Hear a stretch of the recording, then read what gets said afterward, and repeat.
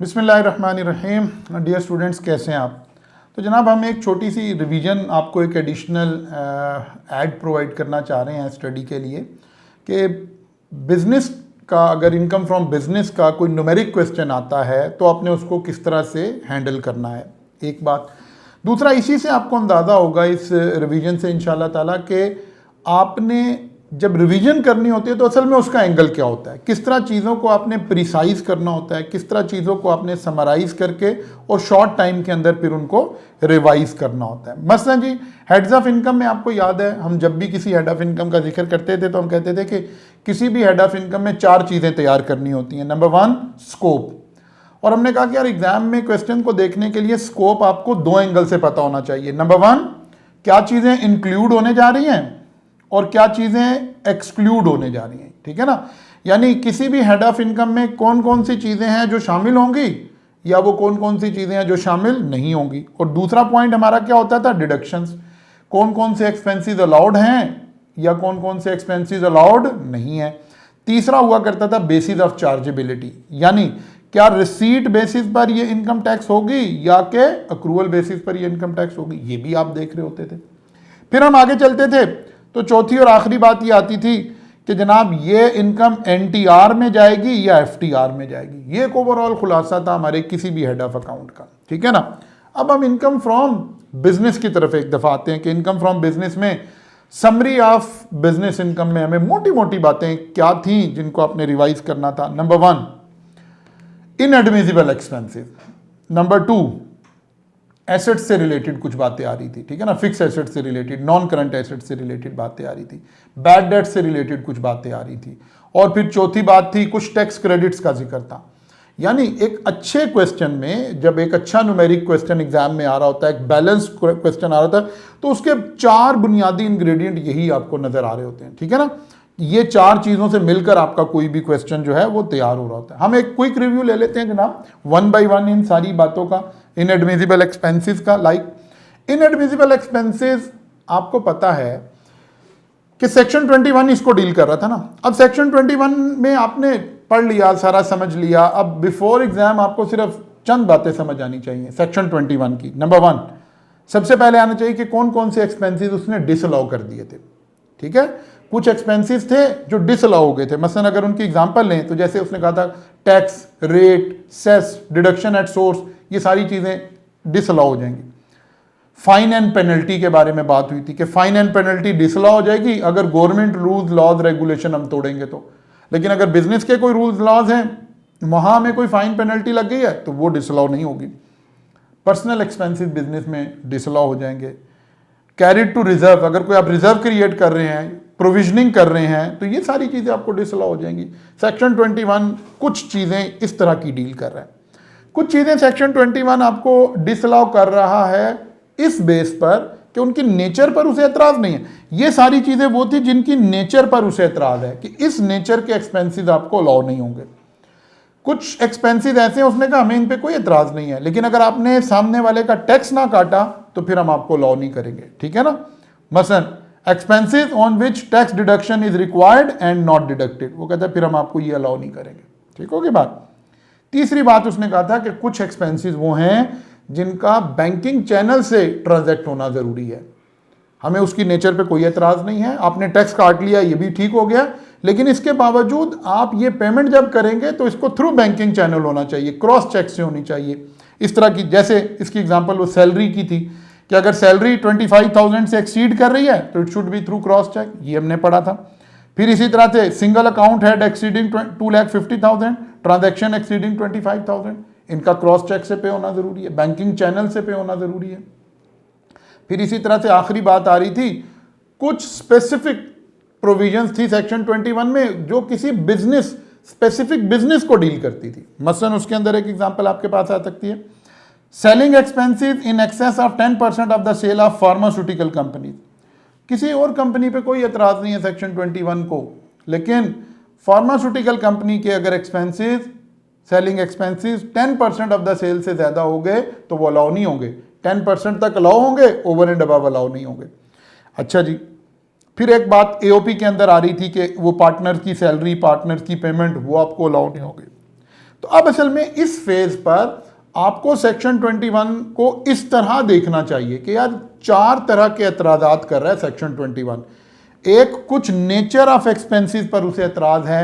इन expenses में भले आप टैक्स काट लें, भले आप इन्हें क्रॉस चेक से पे कर दें, भले जो मर्जी कर लें, तब भी ये अलाउ नहीं होंगे। कुछ एक्सपेंसेस हैं जिनमें आप टैक्स काट देंगे तो अलाउ हो जाएंगे, नहीं काटेंगे तो फिर डिसअलाउ हो जाएंगे। कुछ एक्सपेंसेस हैं जिनमें टैक्स भी काटना ज़रूरी है और थ्रू बैंकिंग चैनल भी उनको करना ज़रूरी है, और कुछ स्पेसिफिक टू बिजनेस ट्रांजैक्शन है। अच्छा जनाब, फिर आगे चलते हैं जनाब। इसी तरह ये कमीशन की ये नई प्रोविजन है, इसको ज़रूर देखिए। Commission in excess of 0.2% of the supply of third schedule item. अगर थर्ड शेड्यूल आइटम में सामने वाला आदमी एक्टिव टैक्स पेयर लिस्ट में शामिल नहीं है तो आप 0.2% से ज़्यादा उसको कमीशन पे नहीं कर सकते।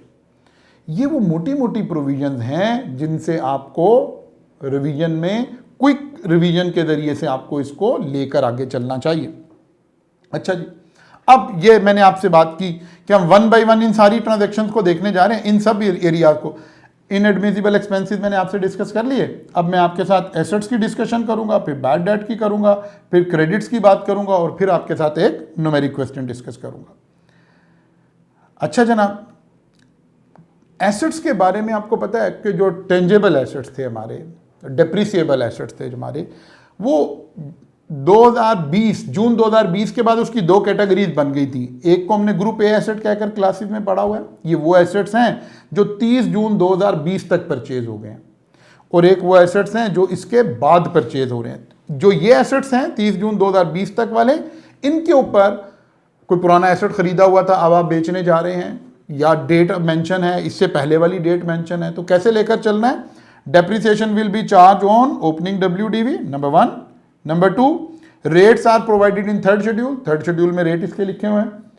Full year depreciation in the year of purchase, no depreciation in the year of sale. Policy ये चलेगी, यहीं पर बेसिक चेंज है, no depreciation in the year of sale. फिर gain on disposal will be treated as business income, और अगर loss हो गया तो loss on disposal will be treated as business expense. ये कौन से एसेट्स पर रूल लगेंगे? जो 30 जून 2020 से पहले पहले खरीदे गए हैं, 30 जून भी उसमें शामिल है, तक खरीदे गए हैं, till.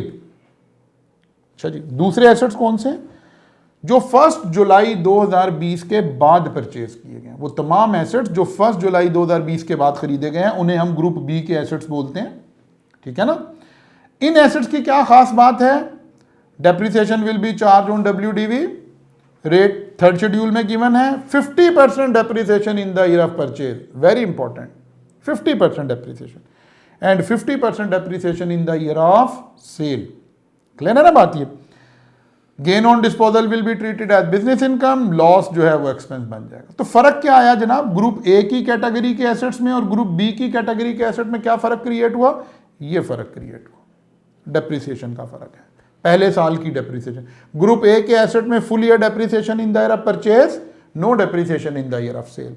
Where as group B में 50% depreciation in the year of purchase, 50% depreciation in the year of sale. ऐसे चलना है आपने। अच्छा जी, फिर एक एसेट्स के बारे में आपको याद है एक बात हो रही थी, asset is partly use for business and partly use for non business.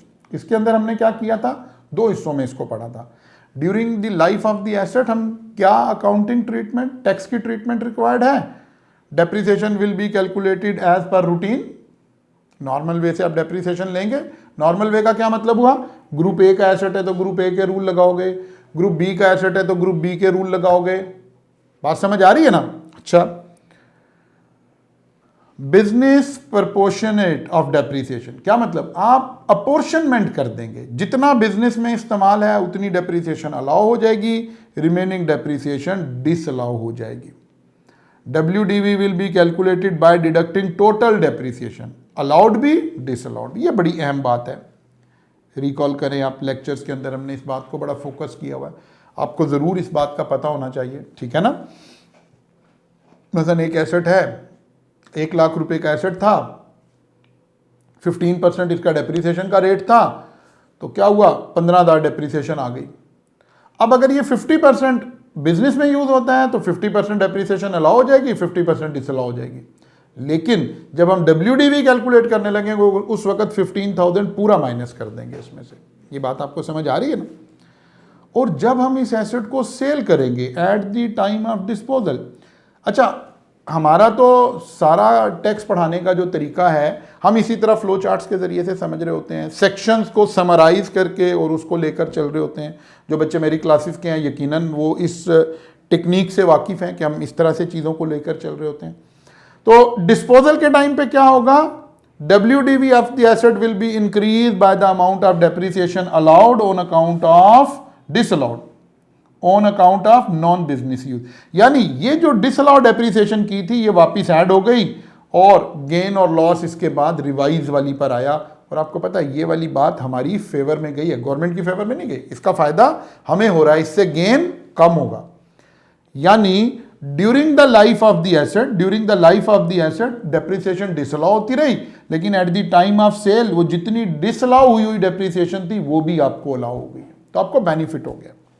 अच्छा जी, डेप्रिसिएशन में एक अहम बात क्या थी? एक अहम बात थी group A and group B.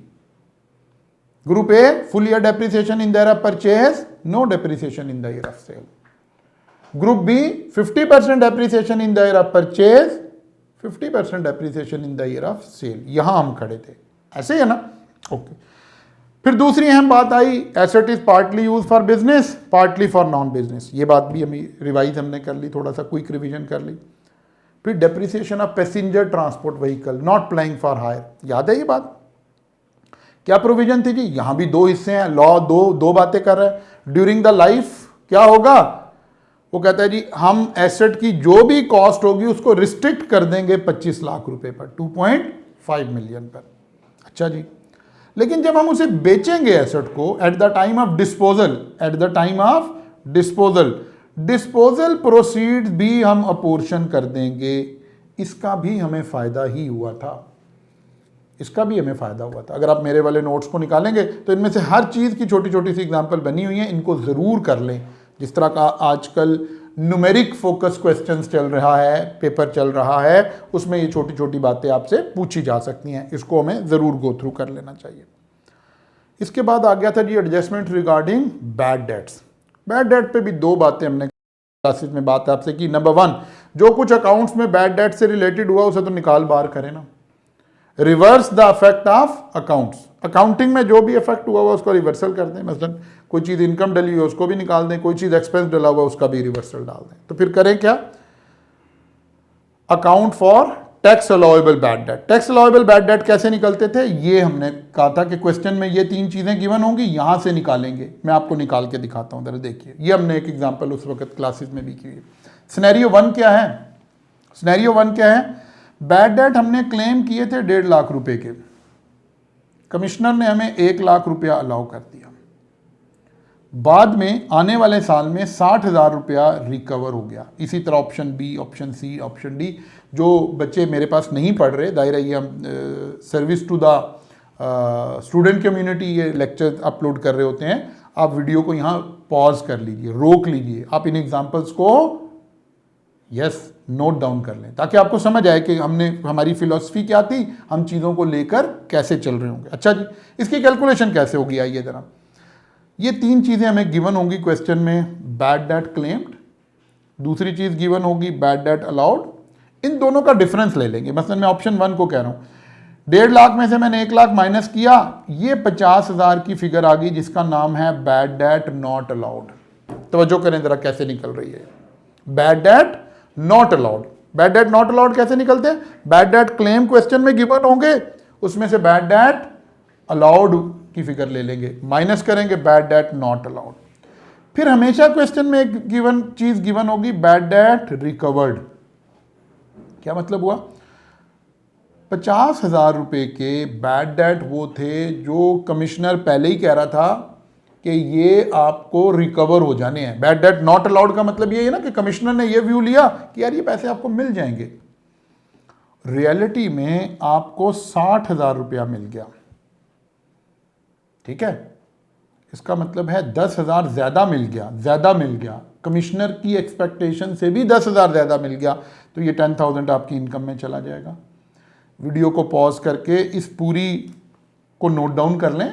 अगले में फिर मैंने फिगर बनाई, फिर बनाई, ताकि आपको ये सारी बात रिवाइज हो जाए एक दफ़ा, बैड डेट आपकी ग्रिप में आ जाए।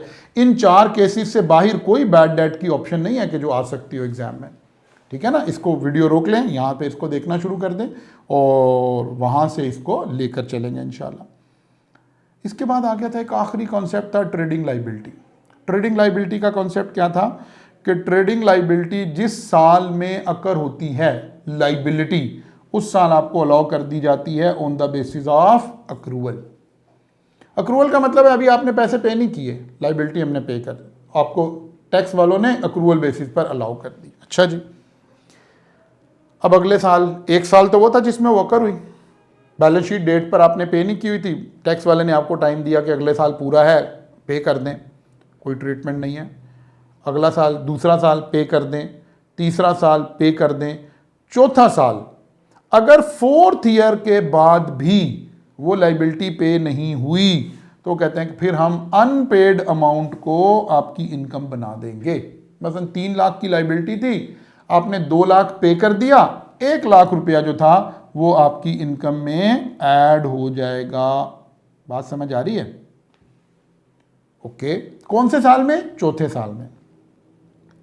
लेकिन अगर आने वाले सालों में आपने सब्सीक्वेंट ईयर में अगले साल या उससे अगले साल या जब भी लाइफ में पे कर दिया तो ये दोबारा आपको अलाउ हो जाएगा। ट्रेडिंग लाइबिलिटी का यही कॉन्सेप्ट हमने पढ़ा है।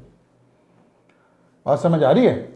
अच्छा जी, चलिए जी, ट्रेडिंग लाइबिलिटी भी हमारी कवर हुई। अब आते हैं हम एक क्वेश्चन का फॉर्मेट देखते हैं कि यार एक क्वेश्चन अगर एग्जाम में बिजनेस इनकम का क्वेश्चन आ गया जी, बच्चे को पसीने आने शुरू होते, तो बिजनेस इनकम का क्वेश्चन कैसे होगा।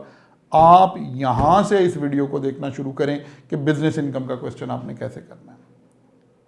ठीक है, एक बिजनेस इनकम का क्वेश्चन जब एग्जाम लेवल पर आता है तो उसके इंग्रेडिएंट क्या होते हैं, कंपोनेंट क्या होते हैं, हमें उसकी कोई रेसिपी पता होनी चाहिए ना कि एग्जामिनर के पास इसकी रेसिपी क्या है, वो कहां से क्वेश्चन निकालता है। तो एक बड़ा पैटर्न, खास सा एक पैटर्न होता है। एक छोटा सा profit and loss account given होगा, कुछ एक्सपेंसेस होंगे, उनमें कुछ सेक्शन 21 की बातें होंगी, कोई डेप्रिसिएशन से रिलेटेड बात हो सकती है, और थोड़ा सा एग्जामिनर यहाँ से ट्विस्ट करके बाहर आता है और किधर जाता है, कोई सेपरेट ब्लॉक ऑफ इनकम की बातें डिस्कस करनी शुरू करता है। कोई लिस्टेड कंपनीज के शेयर की बात कर देता है आपके साथ, कोई प्लॉट के डिस्पोजल की बात कर देता है, कोई अदर इनकम की बात कर देता है। बस यहाँ से एक सवाल बनता है, हम बच्चे परेशान हैं कि वो पता नहीं क्या होगा। भाई कुछ नहीं होगा। इस क्वेश्चन में से ये 18 से 19 नंबर का क्वेश्चन आता है, 18 to 19 मार्क्स का क्वेश्चन आया है, तो बेटा जो कुछ आ रहा है उसको परफॉर्म करना शुरू कर दो। मैं भी आपके साथ स्ट्रेटजी डिस्कस करने लगा हूं। कुछ स्टेप्स आपने याद कर लेने हैं कि यार मैंने ये काम इस तरतीब से करना है, इस सीक्वेंस से करना है। आप कहीं फंक्शन पे जाने लगे हो और आप तैयार हो रहे हो, तो आपको ड्रेसअप होने की कोई सीक्वेंस पता है ना, इसलिए आप कंफ्यूज नहीं होते कि यार मुझे किस वक्त क्या चीज़ें इस्तेमाल करनी है, कब मैंने अपने अंडरगारमेंट्स इस पहनने हैं, कब मैंने शर्ट पहननी है, कब मैंने टाई लगानी है, कब मैंने कोट पहनना है, कब मैंने परफ्यूम लगाना है, कब मैंने शूज़ पहनने हैं। पता है ना ये सीक्वेंस। जैसे ही हमें सीक्वेंस का पता चल जाए तो आधा काम आसान हो जाता है। सबसे पहले क्वेश्चन की सीक्वेंस पे फोकस करें जो मैं इस स्लाइड में आपसे डिस्कस कर रहा हूं। ठीक है, नंबर 1, क्वेश्चन का नॉर्मली 99% क्वेश्चन का आगाज कहां से होगा? हमेशा प्रॉफिट एज पर अकाउंट्स, ये आपको गिवन होगा। इसमें पहला काम, पहला स्टेप हमने हमेशा क्या करना है? ऐड करने हैं इनएडमिसिबल एक्सपेंसेस। नॉर्मली सेक्शन 21 से पता चलेंगी ये बातें, ऐड कर दिया। अच्छा जी, लेस करनी है एडमिसिबल एक्सपेंस। ये स्टेप के तौर पे लगे, पहला काम ये ढूंढना है, दूसरा ये करना है, तीसरा ये करना है। अच्छा, जितना हो रहा है उतना कर देना है, सारा ठीक नहीं करना। आपको पास होने के लिए 99 मार्क्स नहीं चाहिए, you need 50 marks. 50 marks means आधा पेपर गलत करके भी हम पास हो सकते हैं। इस डायलॉग को मेरे को जरूर याद रखें। ठीक है, step 1 profit as per account, step 2 add inadmissible expenses. हो सकता है 6 इनएडमिसिबल एक्सपेंसेस हो, आपको 4 आते हैं, कोई 4 तो करे ना भाई। अगले 2 की वजह से टेंशन ना ले, फौरन दिमाग में एक बात लाएं कि ओके ये वो वाले हैं जो मैंने आधा गलत भी तो करना है ना। अपना मोरल, अपना कॉन्फिडेंस एग्जाम में यहां रखना है आपने, डर नहीं जाना। ये कोई एफएससी का एग्जाम नहीं है कि हाई मार्क्स लेने हैं जी, 92% मार्क्स लेने हैं, आपने तो 50% मार्क्स लेने हैं बेटा। इसलिए बी कॉन्फिडेंट। हर स्टेप्स के मार्क्स हैं, हर स्टेप्स के आपको अलग अलग मार्क्स मिल रहे हैं। 3 स्टेप हो गए। प्रॉफिट से शुरू करेंगे, इनएडमिसिबल एक्सपेंसेस ऐड कर देंगे, एडमिसिबल एक्सपेंसेस उसमें से माइनस कर देंगे। ठीक होगी बात जी? अच्छा जनाब, चौथी और बड़ी अहम बात, add FTR and separate block. अगर कोई एफटीआर की इनकम है आपके पास, ठीक है ना, सेपरेट ब्लॉक की इनकम है, उसको ऐड करना है एक दफा यहां पर। बात समझ आ रही है? उसको एक मर्तबा यहां पर ऐड करने। ठीक हो गई बात? अच्छा, बड़ी मजे की बात है, कैसी कहानी है। वो बात दफा तो ना, पहले एक चीज मंगवा लेते हैं, फिर कहते हैं वापस ला जाए, नहीं चाहिए। ये वो वाला काम करने लगे हम इस वक्त। ठीक है, पहले आपने इनकम ऐड कर दी। Okay, income from all sources, हमारे पास एक फिगर आ गई है, इसका नाम है इनकम फ्रॉम ऑल सोर्सेज। अच्छा जी, अब हमने माइनस कर दिया। पहले मंगवा ली थी चीज, देखी है, पर से कहा यार नहीं, मूड नहीं है भाई, वापस ले जाओ। एफटीआर और वो वाली इनकम जितनी यहां ऐड की थी, पूरी की पूरी वही इनकम यहां पर माइनस कर दी है। मैं फिर कह रहा हूं, खुदारा इन स्टेप्स को फॉलो कर लें आप। मुझे नहीं पता बाकी आपकी टैक्स की तैयारी कैसी है, आपका न्यूमेरिक का पेपर पास हो जाएगा। यानी न्यूमेरिक का ये क्वेश्चन, अगर आप इस फिलॉसफी पे काम करें जो मैं आपको इस वक्त कह रहा हूं, इसमें आप पास हो जाएंगे डेफिनेटली। अच्छा जी, आगे चलते हैं। और क्या करना है जी? Less deductible allowances. वो डिडक्टेबल अलाउंसेस, ज़कात और वो वाली 4-5 चीज़ें थी ना, अगर उनमें से कोई चीज़ है जिसको हम स्ट्रेट डिडक्शन भी बोलते थे ना, वो माइनस कर दीजिए यहाँ पर। Okay, taxable income under NTR आ गई है। जबरदस्त। एनटीआर क्यों बोल रहे हैं? क्योंकि हमने एफटीआर इसमें से माइनस कर दिया, सेपरेट ब्लॉक हमने इसमें से माइनस कर दिया हुआ है जनाब। अच्छा जी, अब क्या करना है जनाब? अब इसके ऊपर टैक्स कैलकुलेट करें भाई। टैक्स कैलकुलेट हो गया तो आपको पता है एनटीआर का टैक्स और एनटीआर की इनकम से मिलकर एवरेज रेट निकल आता है। इसकी बेस पर हम बहुत सारे क्या करते हैं, इसकी बेस पर हम टैक्स क्रेडिट्स निकालते हैं अगर गिवन हो तो। ओके, टैक्स क्रेडिट डाल देंगे, हो गया ये काम भी पूरा। टैक्स क्रेडिट माइनस हो गए, ये वो टैक्स है जो हमने पे करना था। अब इसमें जो एफटीआर वाला टैक्स है ना, वो एक दफा ऐड कर लें। एफटीआर वाला टैक्स, एफटीआर वाला टैक्स, अब इनकम नहीं ऐड हो रही, अब टैक्स ऐड हो रहा है।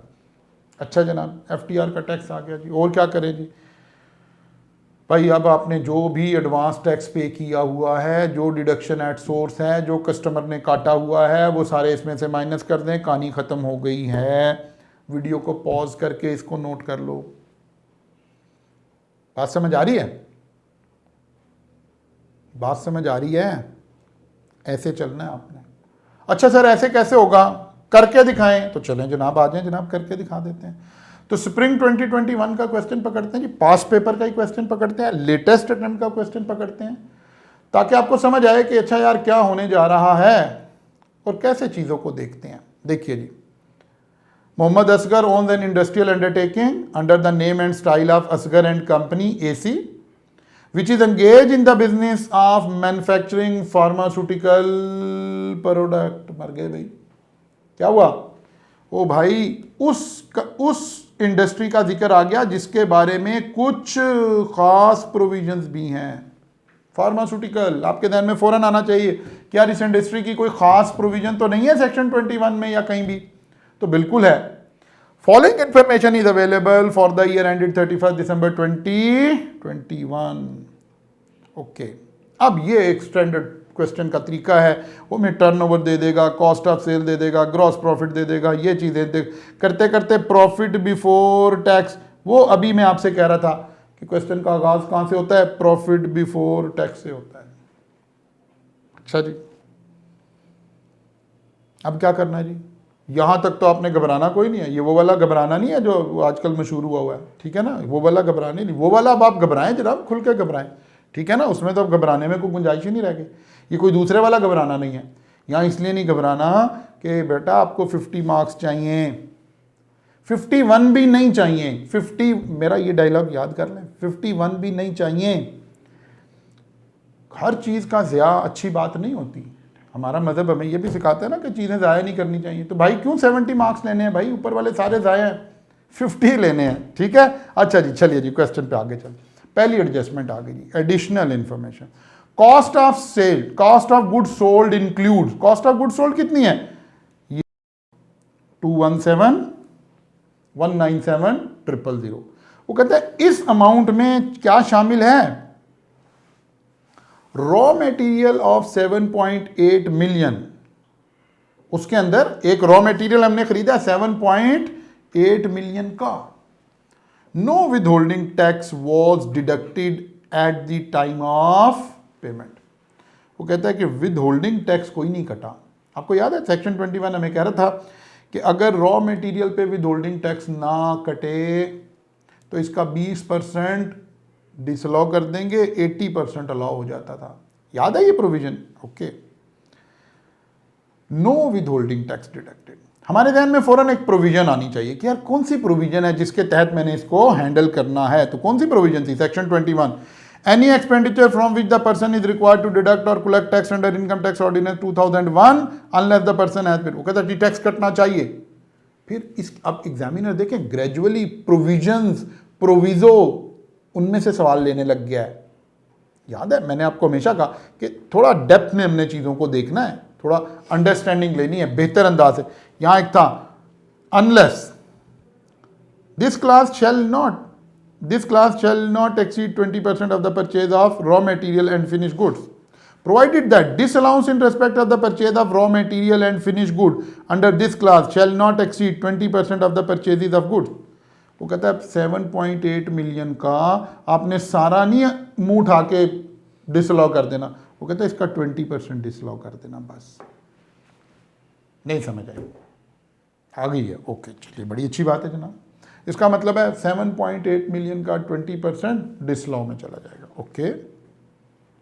Accounting depreciation 2.1 million, accounting depreciation आंखें बंद करके डिसअलाउ कर देनी है एक दफा। अकाउंटिंग डेप्रिसिएशन बाद में टैक्स डेप्रिसिएशन देखेंगे, हमें कैलकुलेट करनी पड़ रही है, क्या हो रहा है, कहाँ हो रहा है, कैसे हो रहा है, बात की बात है।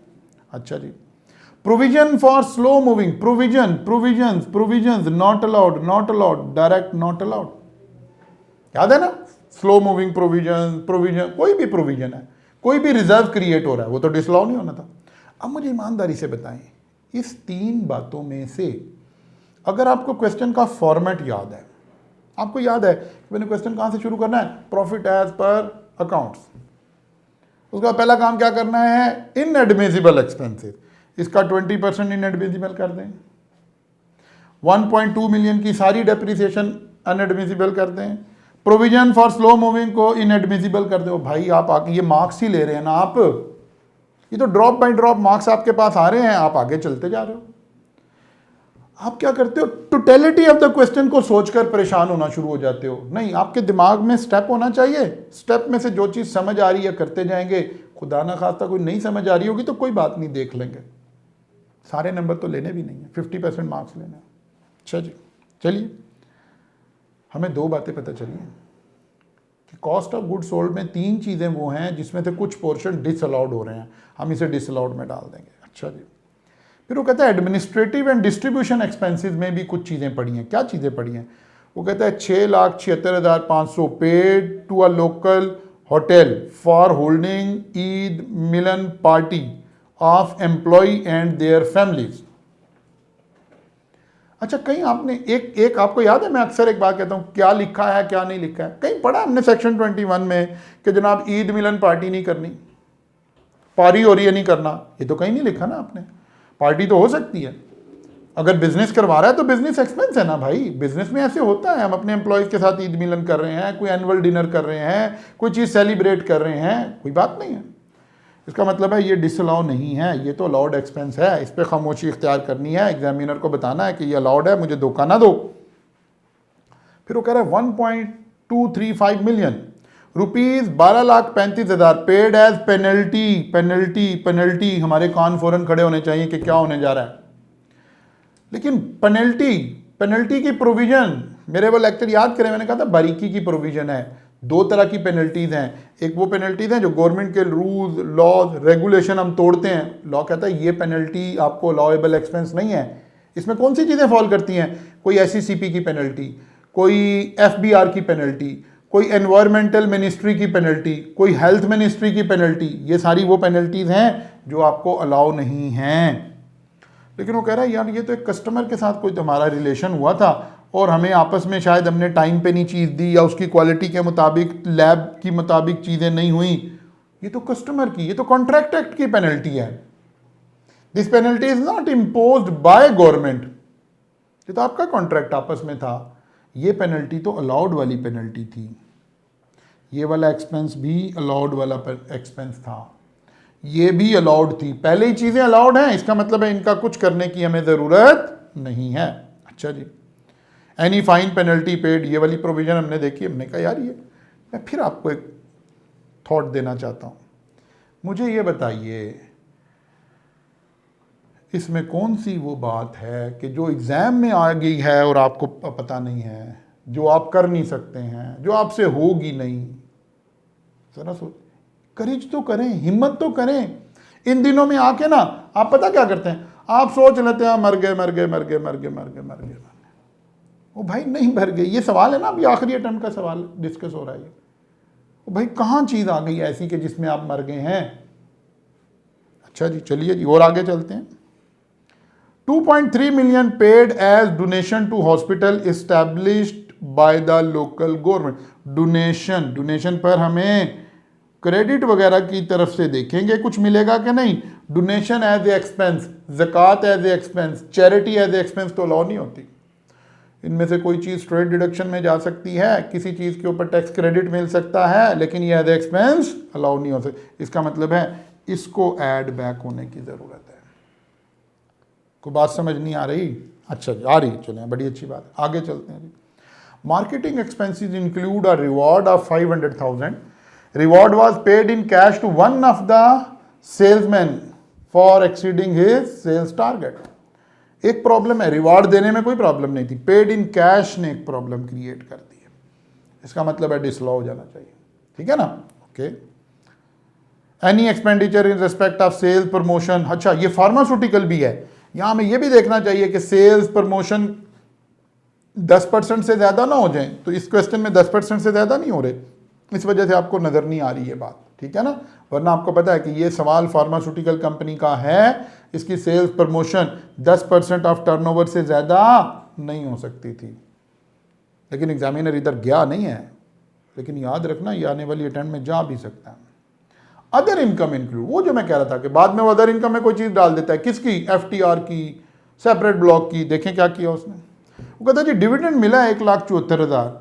तो जनाब मिला है तो अल्लाह का शुक्र अदा करें, खर्चे वर्चे को, पैसे को खर्चना भी सीखें, जोड़ जोड़ के रखी जा रहे हैं। This amount was received from a listed company. चलो जी, और ही अच्छी बात है। After deducting income tax 15% and ज़कात 30,000। ओके, लेकिन आपको याद है इसमें एक छोटी सी ट्रिकी बात है। पहले इस अमाउंट में ये 30,000 ऐड कर लो, ठीक है, ज़कात ऐड करके फिर आपने 15% टैक्स लगा है।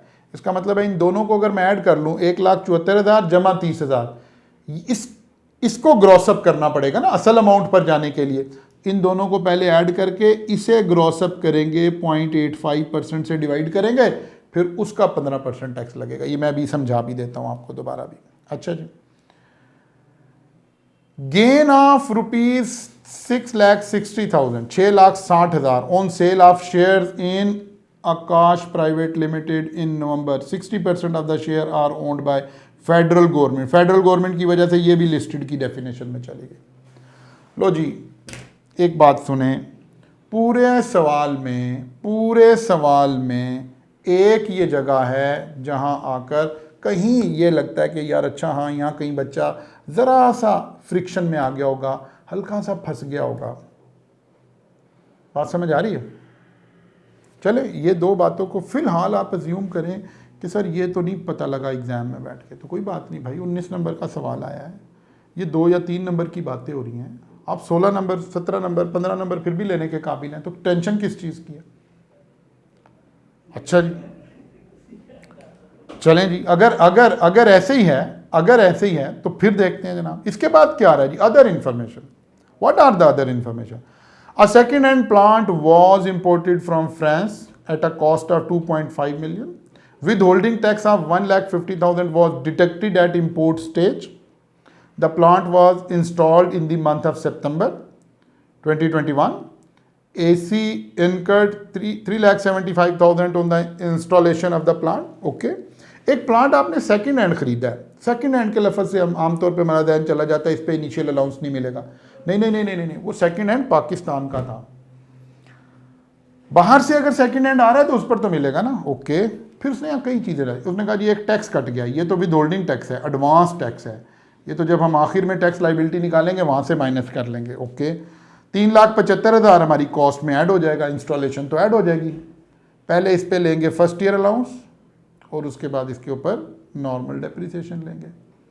अब देखना है कि टैक्स ईयर कौन सा है, ग्रुप ए एज्यूम करूं, ग्रुप बी एज्यूम करूं, क्योंकि डेट कुछ नहीं लिखी हुई, X1 X2 लिखी हुई है। अब आपकी ऑप्शन पे बात चली गई है।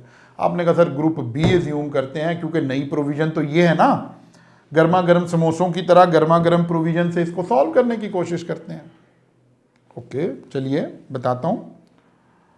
अच्छा जनाब, टेंजेबल एसेट्स के बारे में ये मैं बातें कर रहा हूँ आपसे, दोबारा मैंने पहले भी बताया कि ग्रुप ए देखना है या एज अ ग्रुप बी देखना है। हमने डिसाइड किया यार एज अ ग्रुप बी देखेंगे, नई प्रोविजन के तहत इसको सॉल्व करते हैं, क्योंकि डेट ईयर्स की शक्ल में एक्सप्रेस नहीं हुई है, एक्स वाई इस तरह एक्सप्रेस हुई है। चलिए जनाब, अच्छा जी आगे चलते हैं। Pre commencement expenditure 3.4 million were charged to accounting profit and loss. Expense charge हो गया, एक्सपेंस चार्ज हो गया तो पहले तो इसका रिवर्सल डालें और फिर प्री कमिटमेंट एक्सपेंडिचर वाली प्रोविजन डाल दें। जितना लॉ होता है उतना उसके ऊपर अमोर्टाइजेशन चार्ज कर देंगे। Tax depreciation other than imported plant, वो कह रहा है प्लांट के अलावा बाकी चीज़ों की टैक्स डेप्रीसिएशन 1.9 million है।